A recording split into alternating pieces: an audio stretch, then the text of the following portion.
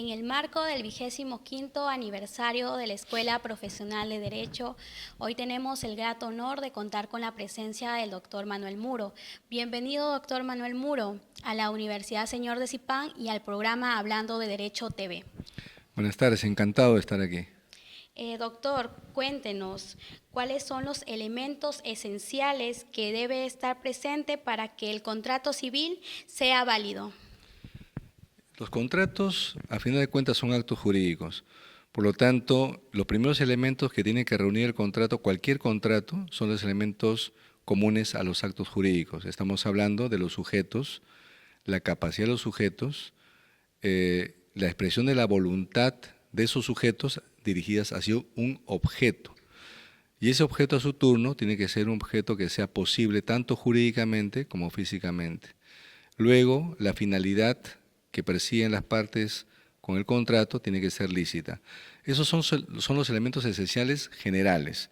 Pero luego, cada contrato tiene sus propios elementos particulares y se requiere que estos estén presentes también simultáneamente, dependiendo del tipo de contrato. Si hablamos de una compraventa, por ejemplo, los elementos esenciales son los que ya mencioné y los particulares de ese contrato en específico, el bien y el precio. Si estamos hablando de otro contrato, se cumplen también los esenciales y los particulares de ese otro contrato, y así en cada caso. Excelente, doctor. Ahora, ¿usted cómo relaciona el principio de la buena fe con la ejecución y el cumplimiento del contrato civil? La buena fe, que es un concepto medio abstracto, digamos que la doctrina ha hecho un esfuerzo para hacer que sea palpable, que sea más o menos real, ¿no? Entonces ha generado un doble significado de la buena fe.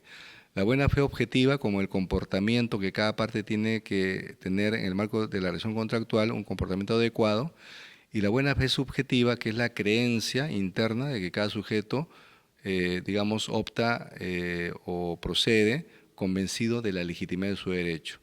Y este principio de la buena fe, actualmente, se argumenta y se dice, y en nuestro Código Civil está, debe estar presente en todas las etapas de la contratación civil, incluso en la primera fase precontractual, que es la negociación, luego en la celebración y después en la ejecución con mayor razón, porque en la ejecución es donde las prestaciones se dinamizan y se ponen en práctica.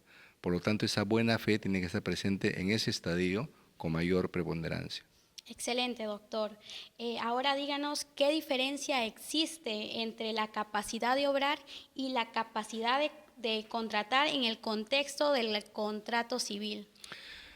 La capacidad de obrar se entiende que es la capacidad de ejercicio. Todas las personas tienen la capacidad de goce, esa la tienen por el solo hecho de ser personas. Solamente algunas, las que no tienen deficiencias que son calificadas como incapacidades, tienen capacidad para actuar directamente y a eso se llama capacidad de obrar. En la contratación civil se requiere la capacidad de goce, de goce. La de obrar, si no se tiene, puede haber casos que no se tenga capacidad de ejercicio, pero puede ser reemplazada, puede ser suplida a través de una representación o de un mecanismo que permita manifestar la voluntad válidamente, ¿no? Entonces, sino que a veces se cree que la capacidad más importante es la de ejercicio, ¿no?, al momento de la contratación civil, pero en realidad la capacidad que es fundamental y que no puede faltar es la de goce.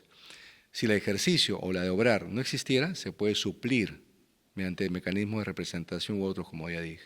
¿En qué consiste el principio de la autonomía de la voluntad y cómo se aplica en la elaboración de la contratación civil?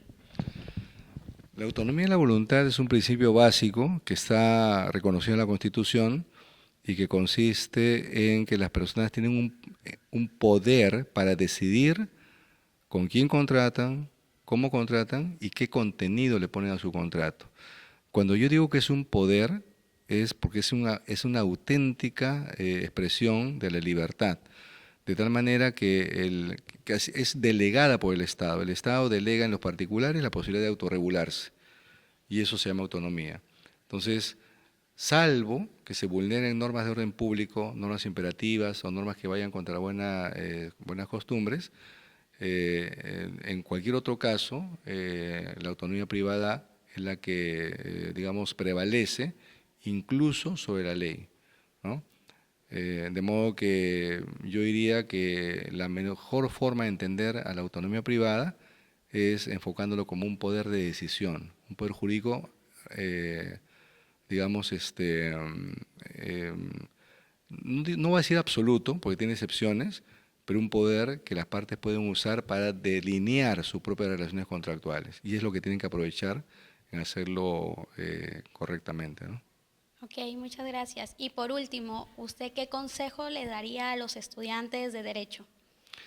En general, yo les diría que lean, que se ilustren, que consulten bibliografías, que el aprendizaje del derecho no empieza y no termina en la ley.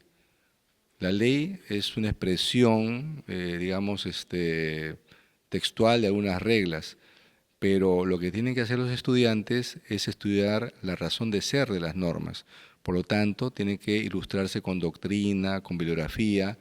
Creo que el abogado o el estudiante que no lee, que no fortalece sus estudios con la lectura, que no se nutre de una base doctrinaria, está condenado al fracaso. Por lo tanto, mi consejo más importante es que los alumnos dediquen la mayor parte de su paso por la universidad en las bibliotecas, en la lectura de libros, en forjarse una solvencia y un bagaje cultural en materia jurídica. Muchas gracias, doctor. Esperamos volver a contar con su presencia en esta nuestra casa de estudios. Muchas gracias. Gracias a ustedes y encantado en cualquier momento que lo requieran.